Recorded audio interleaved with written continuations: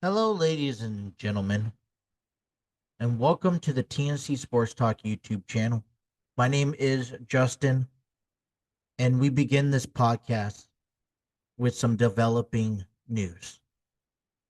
As not one, but two iconic celebrity entertainers have passed away from us this week. Earlier this week, we learned about an icon, singer, songwriter, and media personality. The Prince of Darkness himself, Ozzy Osbourne, passed away after battling with Parkinson's disease, at which he was diagnosed in 2019. We just saw Ozzy Osbourne 17 days ago on July 5th in his last performance as he reunited with Black Sabbath one last time. Ozzy's had a great career, great-minded person, putting heavy metal music on the map. The true testament is that there's no one ever going to be like him.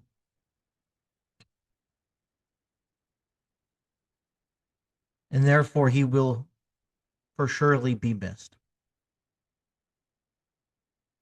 We also lost another great entertainer. The one that put professional wrestling on the map in the Immortal Hulk Hogan. Per reports, Hulk passed away from cardiac arrest. A Hall of Famer,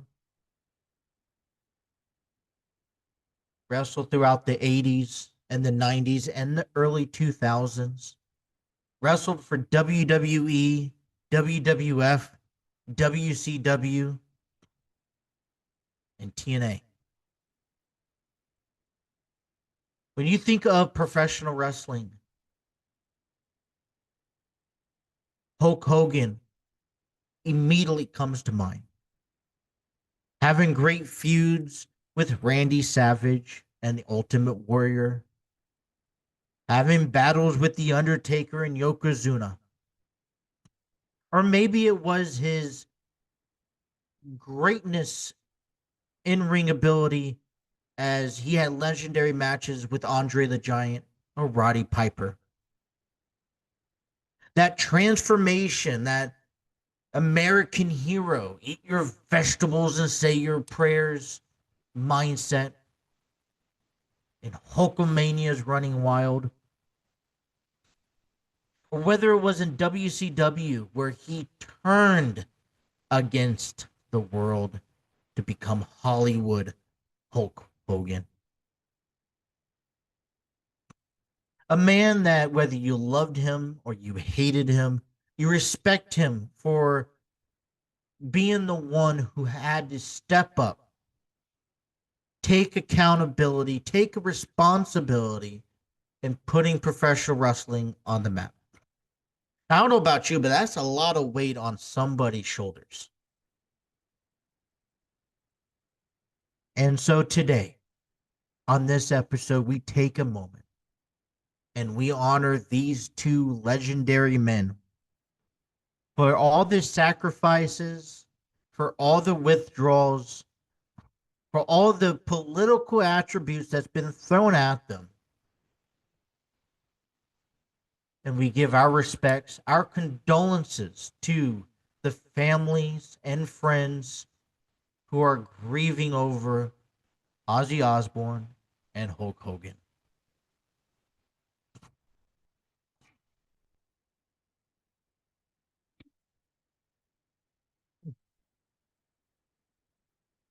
I discovered the news and I've been trying to find the perfect way to begin this show and the perfect way to show my respect. And to be honest, there's a million people out there, news stations, podcasters, sports broadcasters, the WWE, and more, who are going to be sharing memories and stories about these great men who redefined history, who left their mark behind for others to follow, to thrive off of, give new meaning, that it's okay to enjoy different type of music or to enjoy professional wrestling. A lot of people turned to the Hulk Hogan and Ozzy Osbourne during the days in the critical times when you felt like you had the world against you.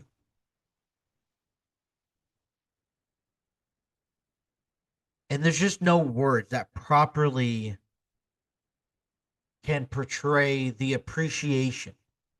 I've said on a podcast before, I am not a fan of Hulk Hogan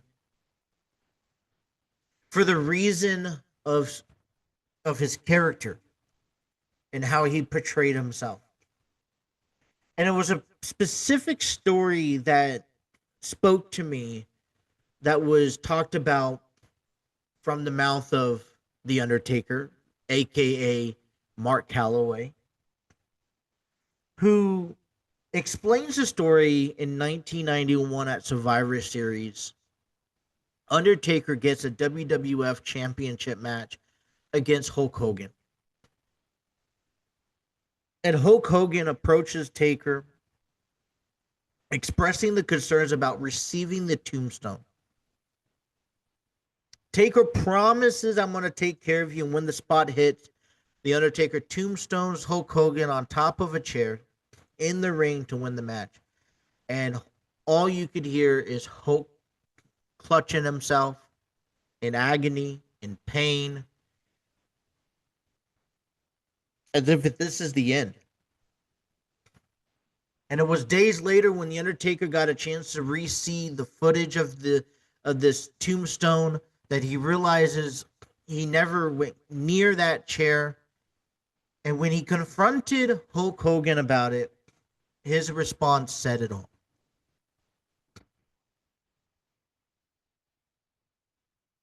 I don't blame Hulk Hogan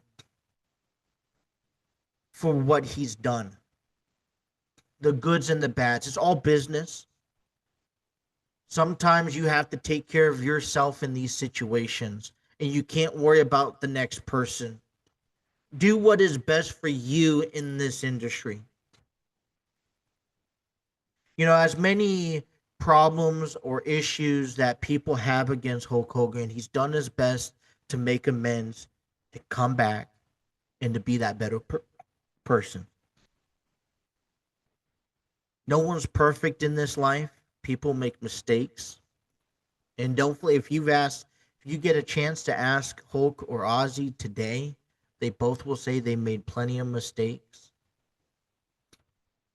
But it's because their intuition, it's because of their beliefs, it's because of their sacrifices that they had to give, is the reason why we are wrestling fans and music fans, why heavy metal is relevant today. And I was earlier this week, I was thinking about Ozzy's passing, and then he had his concert a few weeks ago, and how kind of the tables just kind of all come together. And I almost thought it was a little bit ironic, and because I've seen this before. I remember when in 2014 the WWE inducted the Ultimate Warrior into the Hall of Fame. And he was kind of the face of the Hall of Fame that year. He makes an appearance on Monday Night Raw giving a speech, and literally the next day, the news comes out that he's passed. And I almost thought, I was like, a little suspicious in my mind. And it's just funny how life works that way. You know, and I'm glad that Ozzy has gotten the opportunity to have that final performance. You know, dealing with Parkinson's disease, where he's unable to walk, where his wife is taking care of him, the things that he had to endure in order to make this performance happen, where he cut off all medications, all the money goes back to foundations and research. None of the proceeds is taken credit for. And I just think the fact that, if you had a wish to be able to accomplish that one last time, and then you pass, you're okay, you're getting that clear to pass. I'm like, wow, something incredible. I heard this news about Hulk Hogan passing, and I immediately went to a friend of mine who definitely grew up in that era of Hulk Hogan's time. And, he's speechless. Not one or two, but two of his favorite entertainers of all time have passed on. And I've always thought to myself, what am I going to feel when The Undertaker passes? What am I going to feel with when Garth Brooks passes, or George Strait, or Randy Travis, or Triple H, or, you know, Shawn Michaels, for that example? Because those are the people that I grew up on more so throughout my day than what my friend did back in the 80s and 90s. And I'm not trying, this is a time to grieve for being a fan of all of this. But I personally, and this is just my belief, I'm at peace with them passing. They have left behind a legacy, a name. They have impacted their industry for the better. And look at the outcome. It's thriving. Professional wrestling is thriving because of guys like Hulk Hogan. Heavy metal bands and artists and producers are thriving because of guys like Ozzy Osbourne. These are two men that are well retired within their rights in their industry. They don't have to come make appearances. They don't have to perform or produce another song. They are well retired. They have etched their signatures in society, left a legacy behind them, and they were out living their glory days, reminiscing all the old, times back when they were making things relevant. And so there's a part of me that is also at peace with these two men passing. It's unfortunate at the time or place, but I guess there's never a good time or place when it's time for you to get called up. You don't get to question anybody when someone comes knocking at your door and says, let's go. And why would you?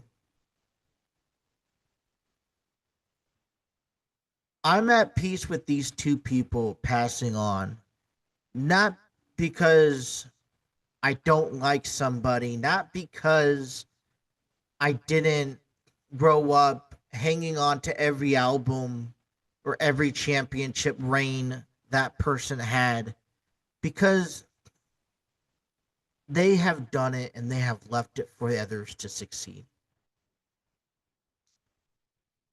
Yes, it's upsetting to think about the children, the grandchildren that Ozzy has left. But I was thinking about this, and it's like he's dealing with Parkinson's. He can't walk. He's in constant pain, and if not, he's required heavy medications to stay out of pain.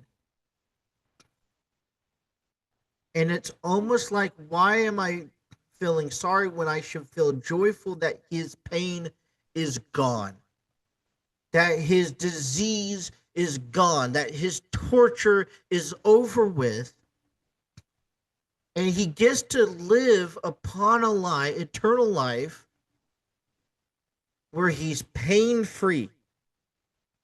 He gets to join Johnny Cash and Elvis Presley and all the greats up there in the music world. Pain free. His trouble's gone. You hear the news coming out this week. We don't, the flowers and great. I get that. I'm peace of mind because I know he's moved on to a better place. That he doesn't suffer anymore. Hulk Hogan's been dealing with health issues for quite some time.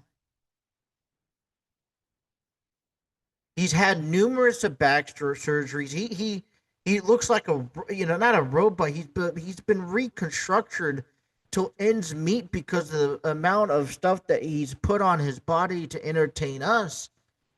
And I'm sure he gets to join up with the Andre the Giant. He gets to rejoin Roddy Piper, Dusty Rhodes, and all those legends up there. And he gets to live in a world with pain free. And so I was thinking to myself about that. And as much as I could sit here and cry and be remorseful, because I truly am. I love heels better than I love baby faces in wrestling. I love those who were told that they weren't going to make a name for themselves, and here they are. They left a legacy. But they're at the point where passing is inevitable.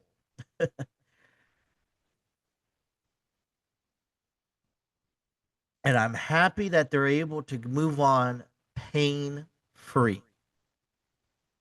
So I just want you to think about that as we do, remember their lives, remember the good things they have left us, remember the good times. Hell, remember the bad times, because those were times. And just remember one thing as we grieve. It wasn't, for me, it wasn't like Hulk was competing in the ring anymore.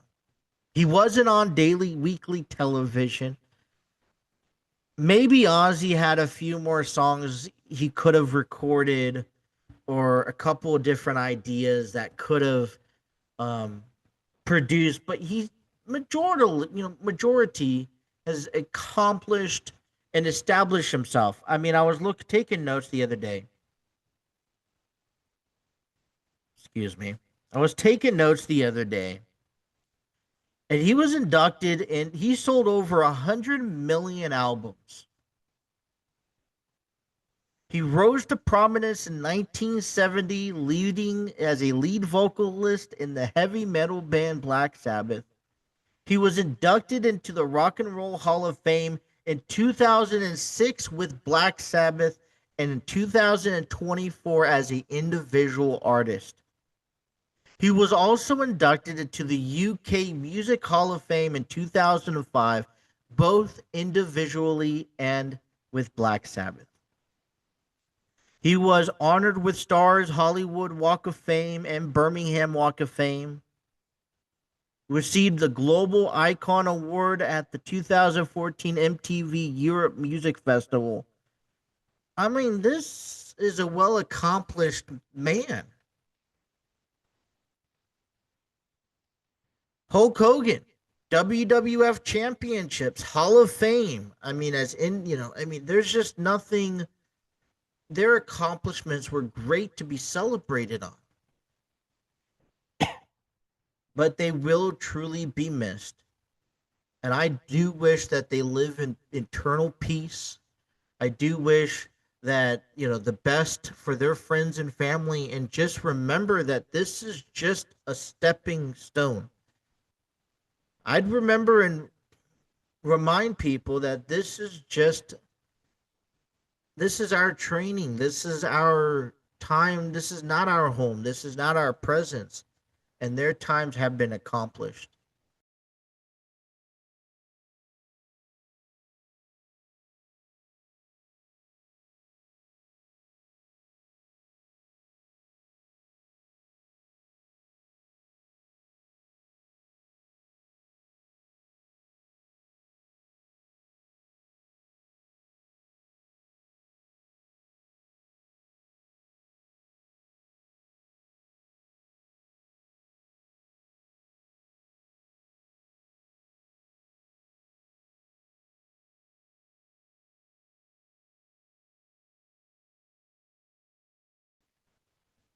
So, on today's podcast, I'm going to keep it short and simple. There's two subjects I wanted to get to.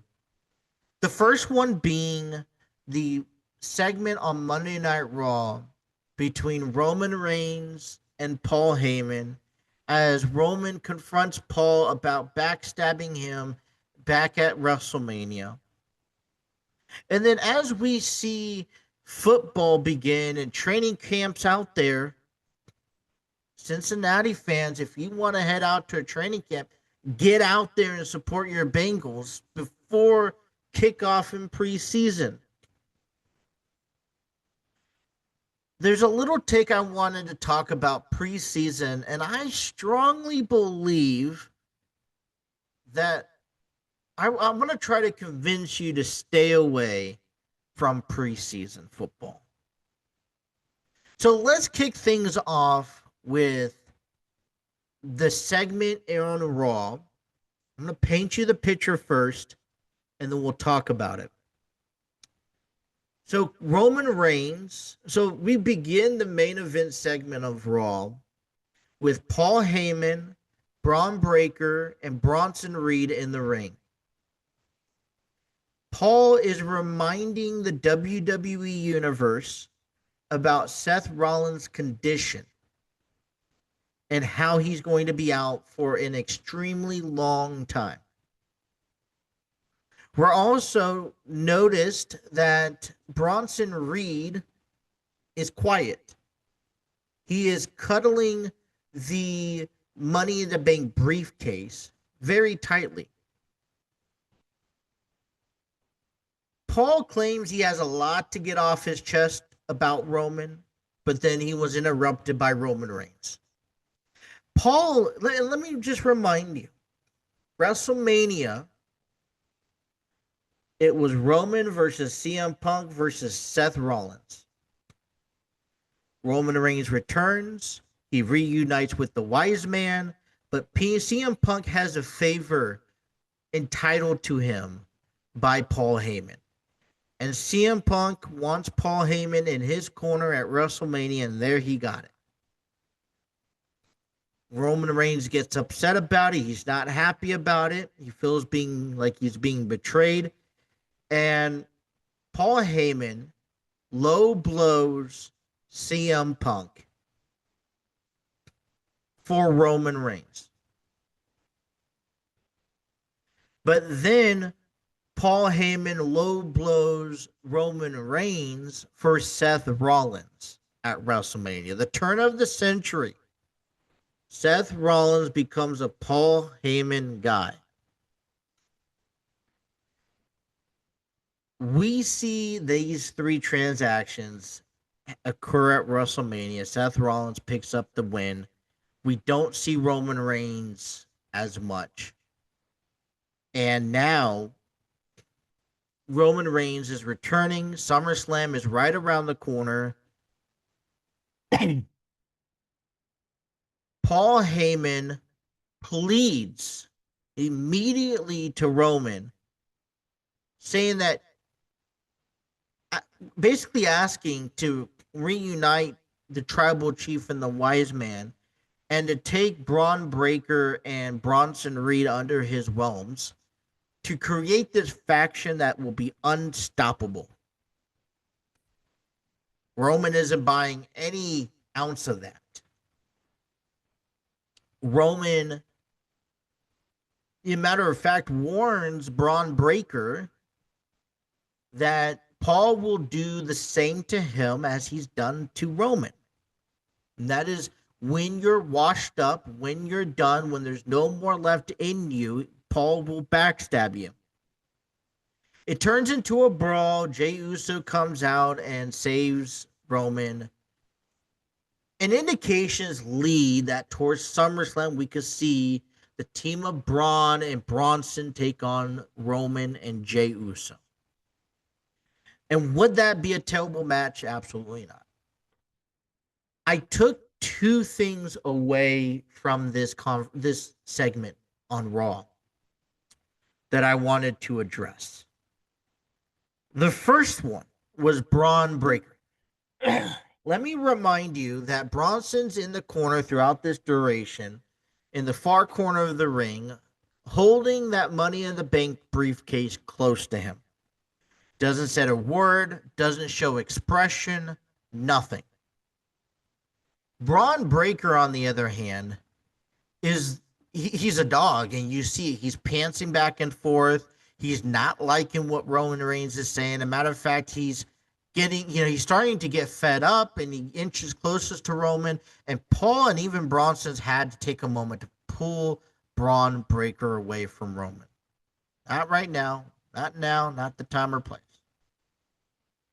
And I was just thinking to myself how this segment was not focused around the Money in the Bank briefcase, was not focused around Bronson Reed, was not even really focused around Paul Heyman and Roman Reigns and their little dispute.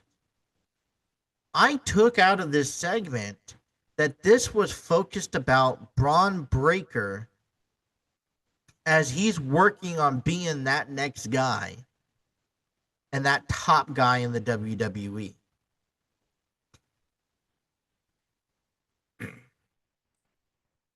And the fact that now you see Braun being held back, at some point that big dog is going to be released. And I would love, and it inched to me, I was like, how come we just can't see Roman and Braun at SummerSlam? Wouldn't that be such an incredible match alone? But I feel that, obviously WWE is trying to work with Braun Breaker, trying to build him up even more.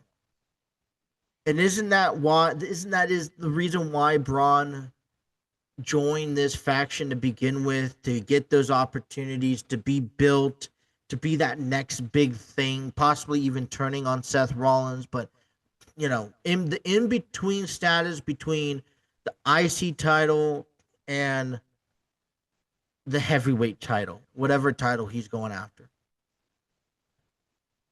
He just needs that nudge. He needs a little bit of support. He needs to start affiliating himself with these top tier guys, with Roman Reigns, Seth Rollins, Gunther, etc. So that I was convinced that the purpose of this segment was to work and build a little bit more on Braun Breaker.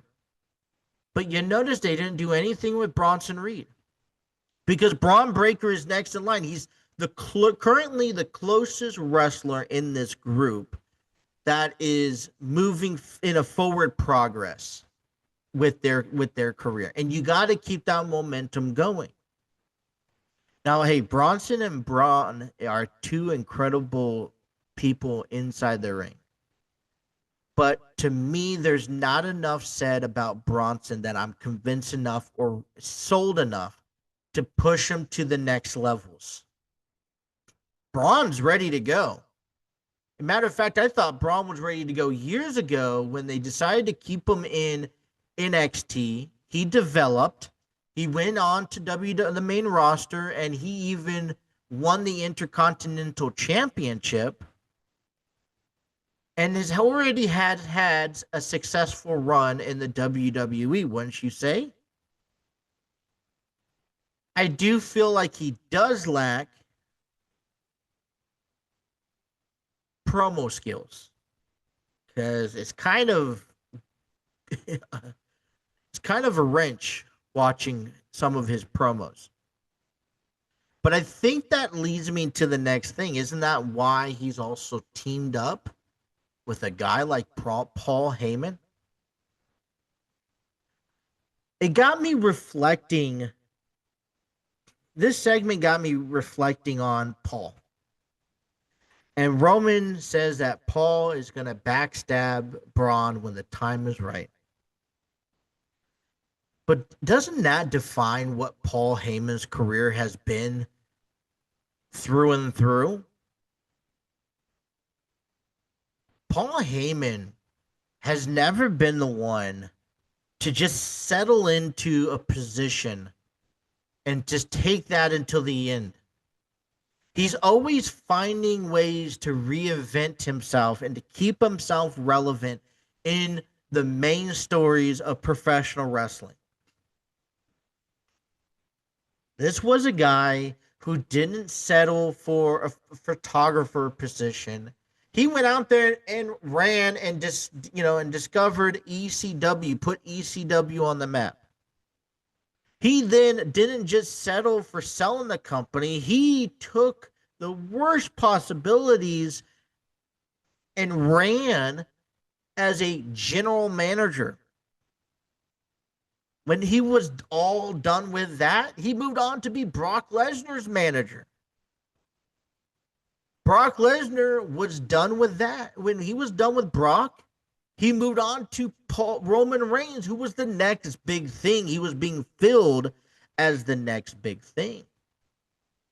And now Roman Reigns left, abandoned. Let me not forget to remind you that Roman Reigns abandoned Paul, allowed him to be attacked by Solo Sikoa, played the victim. And so what does Paul do? He moves on. And he keeps himself relevant with talent that needs to be built. And one of the greatest attributes to Paul Heyman's resume is promo skills. When Brock Lesnar came to the WWE, he was a physical beast. All he needed to do was to show up, take care of his business, and leave. And if there's any conversations that you had to have with Brock Lesnar, you had them with Paul Heyman. It got me thinking, what happened if Paul was the manager of Goldberg in WCW? Similar story. But Brock wasn't good at promos. And I don't think we really heard much of Brock up until the later days.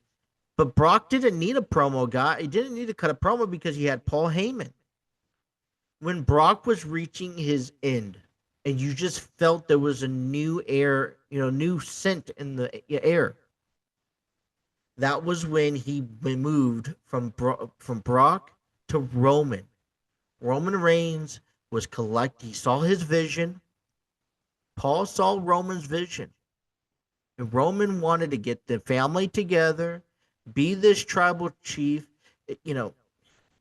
He was tired of being overlooked. He was ready to take his place among his family and among the WWE. Paul Heyman saw that vision, saw that opportunity, and grasped it as the wise man. Because guess what? Roman could not cut a promo also to save his life. John Cena even called him out live on it. So you pair him up with Paul Heyman, you make him a tribal chief. Paul Heyman comes in and week out and does what he does best, and he talks. He can change he could change an atmosphere with the snap of his fingers. Roman Reigns lost that World Heavyweight Championship, gave it to Cody Rhodes, disappeared, abandoned Paul Heyman, And when Paul Heyman he didn't have no one else to go to. He didn't have another advocate. So he reunited with Roman when he returned. Yes, CM Punk was owed a favor. But think about this. Roman does not need Paul anymore. Doesn't benefit him. Roman could cut promos now. CM Punk is really good on the mic. He doesn't need a Paul Heyman. So what else keeps Paul relevant in today's WWE? Where he hears and sees the revolution, the vision that Seth Rollins has by recruiting Braun Breaker and Bronson Reed, two guys who probably just need some support. Braun Breaker's inches away of being, blowing up as a megastar. And you just think about Paul Heyman and trying to make that next decision, and just imagine for a moment Braun Breaker and Paul Heyman together. Braun shows up. He does work. He takes out anyone he needs to take out. He moves on to the next guy. Paul Heyman does all the speaking for him. They'll keep Paul around for another 3 to 5 years. And sure, when he thinks Braun is washed up, he has nothing else to offer, nothing to keep Paul relevant anymore. Either Paul will tuck his tails and retire, or he will go on to the next big thing. So can you blame Paul for what he's done, especially recently with Roman Reigns or CM Punk? Hey, I'm not saying that you have to like it. I'm not saying that you have to enjoy it or but you got to take it with a grain of salt, and you can't deny the mastermind thought process behind Paul Heyman to keep himself around the WWE. Why rejoin? Why team up with somebody who is on a part-time schedule that probably makes maybe 25 appearances a year? I'm not saying Roman Reigns isn't warranted. It's not like he's not a decent athlete. It's saying that Paul, has done everything he can do to give Roman the opportunity to stay on the map, because all Paul has done is provided a platform for Roman, for the bloodline, for CM Punk, for Brock Lesnar, and now for Braun Breaker and hopefully Bronson Reed to succeed. It was up to Brock to go out there and have these incredible matches. It was up to Roman to conquer Brock so many times, to beat The Undertaker, to beat John Cena, to beat Bryan Danielson and Edge. Roman did the work. Give him credit where credit's due. Paul created that platform for Roman to succeed. So just think about it for a second. I love Paul Heyman. And you could tell from the WWE universe, the majority of the fans love Paul Heyman. But this segment, I think, was iconic for me, and it's something that I'm going to reference back and believe on, that this could be an opportunity to expand and provide that platform for Braun Breaker and potentially Bronson Reed. I just felt that the segment segment was addressed as advertised. It was not conceptive on my end as advertised. There was really not much that you can really say or do by either men to really give me that segment to get me to believe. And when I see Braun Breaker pantsing back and forth, running back and forth, being a little pushy towards Roman and having to be held back, I'm saying, okay, we're building off of something. And like I said, speculations from me, because I have not been able to confirm it. if Roman Reigns, Jey Uso teams up to face Braun and Bronson at SummerSlam. But I wouldn't mind that match. But a better match that I would recommend or prefer would be watching Braun and Roman, which would just do us such injustice if we don't see that happen. The other thing I was listening to throughout the week, though, that is, if this is going to happen, you have to build Roman, you have to build Braun Breaker. And in order to do that, you have to have him win, which means you're going to have him beat Roman Reigns. And I don't know, unless someone cheats, if you're going to get Roman Reigns, Braun Breaker, Bronson Reed to beat Roman Reigns and Jey Uso at SummerSlam. I don't know. Once I get that confirmation, we could have that conversation.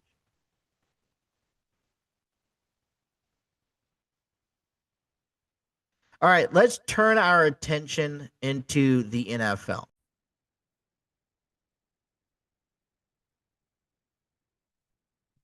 The NFL is on the horizon. You got the Hall of Fame game next Thursday at 8 p.m. Eastern, available on NBC. You'll get the Los Angeles Chargers taking on the Detroit Lions.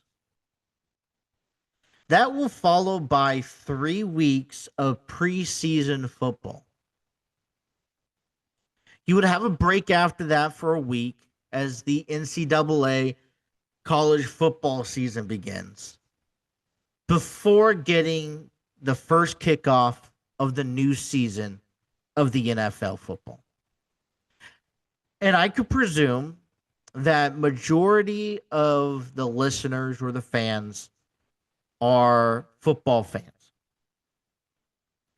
Matter of fact, it seems like to me every year that I follow football, I watch football, and I get older, I become more of a football fan than anyone else.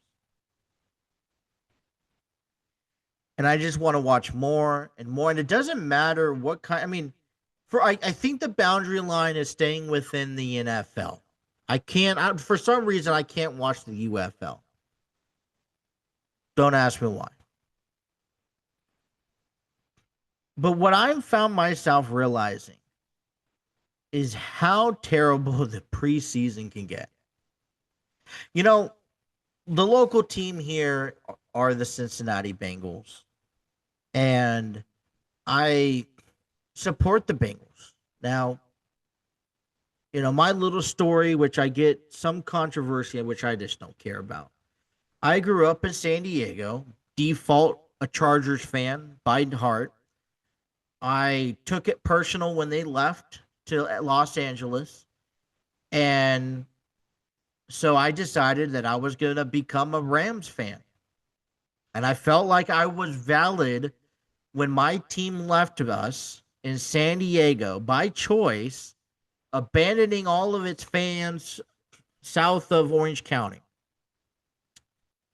And I became a Rams fan. I moved out to Northern Kentucky, where the Cincinnati Bengals is really big into football. And so I become a Rams. By default, by nature, where I'm resigning at, I'm a Bengals fan. And I followed the Bengals a little bit with Andy Dalton and Chad Ochocinco and AJ Green. And the one thing that I could tell you that, as a Charger fan, former Charger fan, and as a Bengals fan, they are the reasons why we have gray hair. Why am I growing a bald spot on the top of my head? Is because of the Bengals and the anxiety they give us throughout the course of the season. I don't understand how a team who is expected or has the ability to make it to the postseason and potentially a Super Bowl can begin a season so terribly where you rely on them the rest of the remainder of the season as must-win games.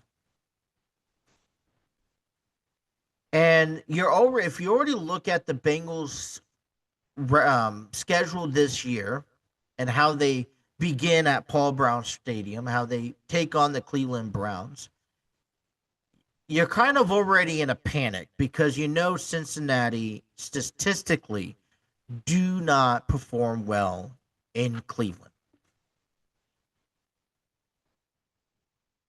But I realize that football has changed a lot.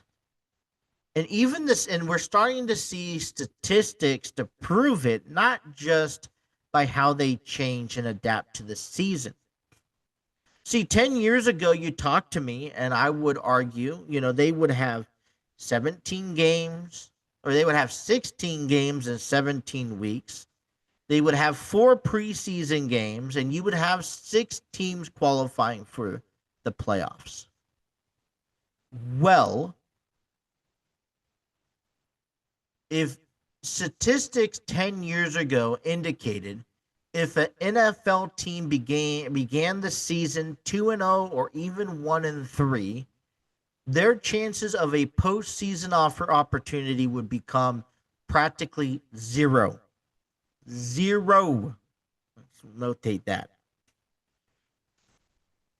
What we're seeing today with the extra game, so no one is finishing the year off with a 500 record.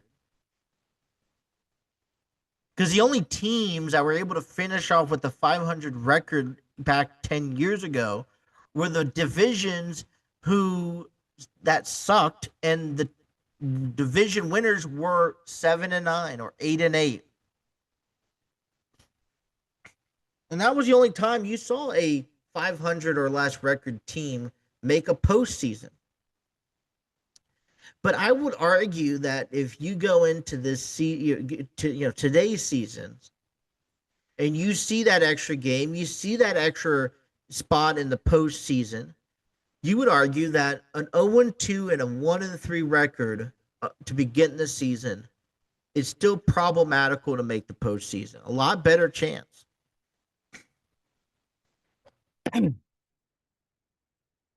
But if you're a football fan, I would advise to you to stay away from preseason, or at least observe preseason from a far distance. And here's why. All right, we're 6 weeks before kickoff. And this is the same resemblance that we see today in Major League Baseball, that I just think each and every year it becomes more upfront and complicated, and people listen into it. I've heard, I was part of those conversations years ago, even in recent years, where I would talk to somebody, whether it was at work or on the, on social media, and I would, hear them out, and I would say, hey, someone will come up to me around this time, based off of a preseason game. Oh, I'm not worried about it. I'm not paying attention. I'm just going to tune it out. Good for you. But there's others out there that would argue, and say, we're going to win the Super Bowl. This is a perfect team. We're untouchable. But just think about the heartaches that come during a preseason, especially with the uncertainties. You have players battling for starting positions, which creates an excitement. Don't get me wrong. But when you're uncertain about who's going to start at that position, so you can really lock in on that person, that player, it brings a concern. It feels like there are weaknesses in the team. Injuries. So many injuries unravel. The hydration. Let's be honest, some of these players do not keep in shape. They do not work out throughout the off season, especially at the level they're supposed to. So, you come in and you really got to get back into focus. We just learned about that with Will Levis a couple weeks ago. He's going to have to be out for the entire season because he's going to acquire shoulder surgery. It's going to leave a pathway for Cam Ward.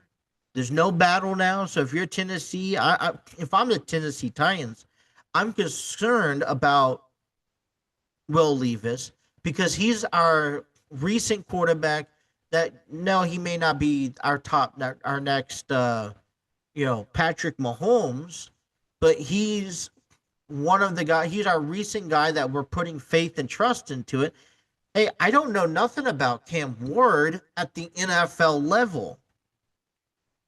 So if I'm the Titans, I'm kind of a bit concerned, and you kind of also pray because Will Levis could have been a quarterback who, worked a quarter of the year, allowing Cam Ward to ease his way in and not just have to jump out at it. Contract negotiations.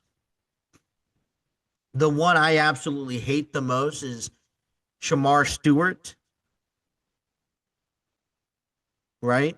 Cincinnati Bengals. I'm like, we just talked about this earlier this week. He's dealing with some contract negotiation, not about the price, not about the money. He's worried about the guarantees, especially in situations that doesn't put him on the playing field. Not talking about injuries. We're talking about off-field drama that I'm sure the Bengals do not need. And then unsigned players. I mean, I remember a few years ago when we were wondering what the status of Lamar Jackson's contract with the Baltimore Ravens were gonna be. A lot of people blamed him. I was one to really point out that this contract negotiation went as far into the reason why he missed out. He cost his team the postseason. He didn't show up to Cincinnati in the playoffs to face the Bengals in the playoffs. Possibly because he claimed he was hurt, he wasn't feeling well, but I've seen players play through enormous injuries. But then I watched this happen and I'm like, man, it has to be because of contracts.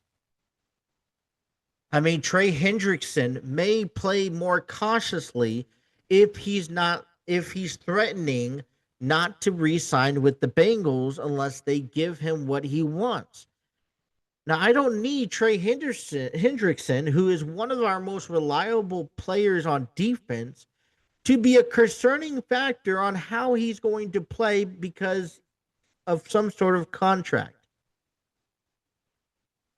Now, I'm sure a team's defense is come opening day, we want to be 100%. We want to start off with a win. I'm sure every team goes out there and they say, we want to win our first home game and we want to win our first road game. That's all that matters. But in today's display of the NFL and how it's organized and presented, just because you don't win week one or you don't win your first home game or you don't win your first road game doesn't mean you are necessarily out of the postseason just yet. This opens up opportunities where teams can finish off 7 and 10 now and still make the postseason. 8-9, less than a 500 record is my point. Because that sense of urgency is now a marathon and not a sprint race. Yes, I prefer to have a team 100% from day one, but if but we have to kind of now strategize because our bye week is either week 4 or week 5, or it could be week 10 or 12.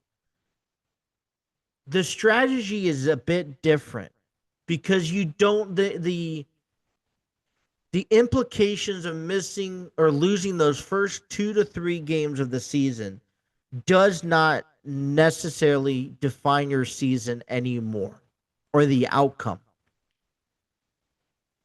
All it does is that it gives your fan base an puts them in a position where when you put yourself in a position at week 10 because you didn't win a few games early on, and now you're faced with a win or go home scenario each week heading into the postseason, it creates that stress on the fan base. The strategy is a bit different beginning of the season. I'm convinced it is. It's about let's feel for things. Let's see what we need to work on and how we need to adapt. Well, hey, let me not forget to remind you that there's 3 preseason games. And guess what? The Chargers and the Lions are going to get an extra preseason game. Oh, yeah. You don't have to worry about starters playing as much as they used to. I'm sorry if I'm getting a little agitated, but I'm one of those believers where if you're planning to start on my team, I need you to play at least a full quarter, if not a half a game, throughout each preseason game. Not this whole I'm going to sit out because I feel like I'm too good. Listen, I'm sorry. Injuries is always going to happen. Nothing's going to prevent it. I feel like by having a guy like Joe Burrow sit out all 3 preseasons or 2 of the 3 games or whatever does not benefit him in prepping him for the Cleveland Browns in 6 weeks. I am a believer. I am convinced that you need to have some sort of game simulation live in preseason games. So I am the one who would argue that, listen, each and every preseason game this August, Joe Burrow, Jamar Chase, T. Higgins, if Sal Stewart plays, if Trey Hendrickson plays, you need to have them playing for a minimum of a quarter. We don't train anymore to play 5 quarters of football. Especially if we're heading into Huntington Bank Stadium in Cleveland, Ohio, where we statistically do not perform all that well, especially in recent years. You understand that stress with contracts, with, negotiations, unsigned players, position wars, injuries, opting out of having to practice because of safety reasons. You see all that stress, that anxiety that can bring before the season even starts, before we even see who fit, the 53 men on the team. Don't forget cuts. Let's not forget that. So if you're a football fan, I'm not saying don't enjoy preseason. I'm not saying don't get involved, don't support a few players, follow a couple of them. I'm sure we'll get a couple on our list that we're paying attention to. You know who I'm really paying attention to? Shedeur Sanders. He reminds me a lot of the Ball family, where family brought him into the game. Yes, he's talented in his own way. Don't get me wrong. But now he has this weight on his shoulders of how he has to perform. And guess what? The big stain in the Ball was that he had to perform. He didn't. Now he's kind of settled into the league, and he's nothing special. Not in my eyes. Anyways, Shedeur, I feel like is the same way. Had the spotlight on him in Colorado because of his father, mostly, just to be honest. I'm not saying that he didn't deserve some of it. Has some really big highlights, had a really good college career, but this is the NFL. It's a do or die, it's adapt or change. It's this is not in NCAA football. You don't get away with things, you don't get to call your own shots. And that's my other thing, is that you haven't earned anything to call your own shots yet. Sal Stewart, you haven't earned anything to have any guarantees yet. You're not the Moses of the Bengals. You're not saving a ball club. You're not taking them to the promised land. Prove to me in the next 3 to 5 years, and let's work out a contract. You see, all these stories that lead into the preseason can get carried away. And we could always say, hey, Joe Burrow played game one of the preseason along with Jamar Chase and T. Higgins. We can hypothetically, in a hypothetical scenario, Burrow threw 17 times, rushed for 25 yards, threw 3 touchdowns, connecting with Jamar Chase for 4 passes for 63 yards and 2 touchdowns. We could say Joe Burrow connected with T. Higgins 3 times, 35 yards, a touchdown. And that's all positive things. Trey Hendrickson has, maybe sacked the quarterback in one quarter twice. But see, it all takes one negative news coming out of the organization to make all of that great stuff I just said go away. All that could happen, but if Sal Stewart decides to go back to Texas A&M and doesn't sign with the Bengals, doesn't work out this contract deal, then that's going to be the highlight for the next 3 weeks. And it doesn't matter what anyone says. And look, and I get it, statistics does not mean nothing in preseason. But I don't feel like we get a realistic look at what this team is capable of, even with the players that they have to cut, if they're not playing, if we're dealing with these mishaps throughout the preseason. I believe that by the time training camp comes, by the time preseason baseball games take place, all that stuff in the office, negotiation, whatnot, you block it. No more negotiations. You want to talk to me? Talk to me after the Super Bowl. We will have all those conversations you want. But we've had February, March, April, May, June, and parts of July to work this out. That's 5.5 months, maybe 4 at best, that we couldn't sit here and have these conversations.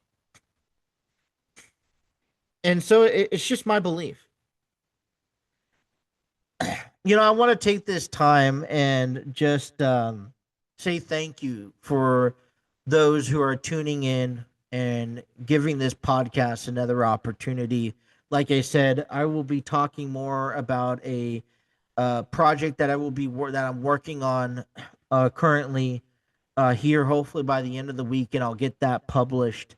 But I want to say thank you. I enjoy talking more about sports.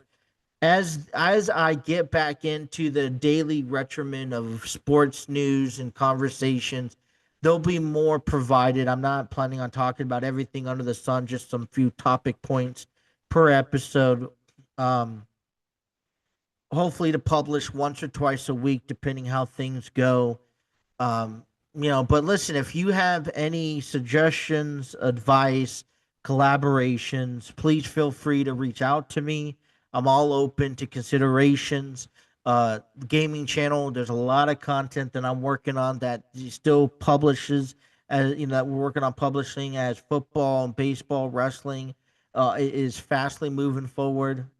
So there is a lot of work on the back end, but trying to make at least an hour or two to come on here and talk to you guys is definitely enjoyable. I try to do it in more refined settings. I don't have anyone behind me or have anyone have to hush in the background. No one's home. It's more convenient. I can kind of gather my notes for the day and just be able to talk to you guys one-on-one, sharing you my thoughts and information.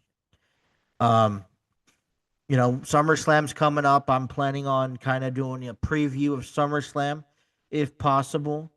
I'm also hoping to do talk more about baseball as the trade deadline's coming up next week. This is the final run, right? Teams are going to either be contending or they're not, and you got to make that fresh mark in that division or in that wild card race. So we will take a look at the standings, who sits where. Um, Probably going to wait until after the trade deadline, but we'll do that. And then we will still cover news. I just say stay away from the controversy that lingers when it comes down to preseason, the news, the stats, the conversations that your local news is talking about, or ESPN. Listen to them. Never, always listen to them. I get that. Get your 411 scoop from them. I get, completely understand. But you got to find, just stay away, because I've seen people that take it too seriously, that get too involved, they get disappointed. I even myself is one who has challenged. Maybe this is just a personal conversation, and I made this point to talk to myself. I have no idea. So, but there is a distance that you come across. Um, Once again, I just want to send out my condolences, though, to the friends and families of Ozzy Osbourne and Hulk Hogan. I'm still kind of letting it all sink in on how I feel with them passing. True legends, to say. Uh, so I send out my condolences, and I hope everyone out there, you know, takes care of themselves throughout this time.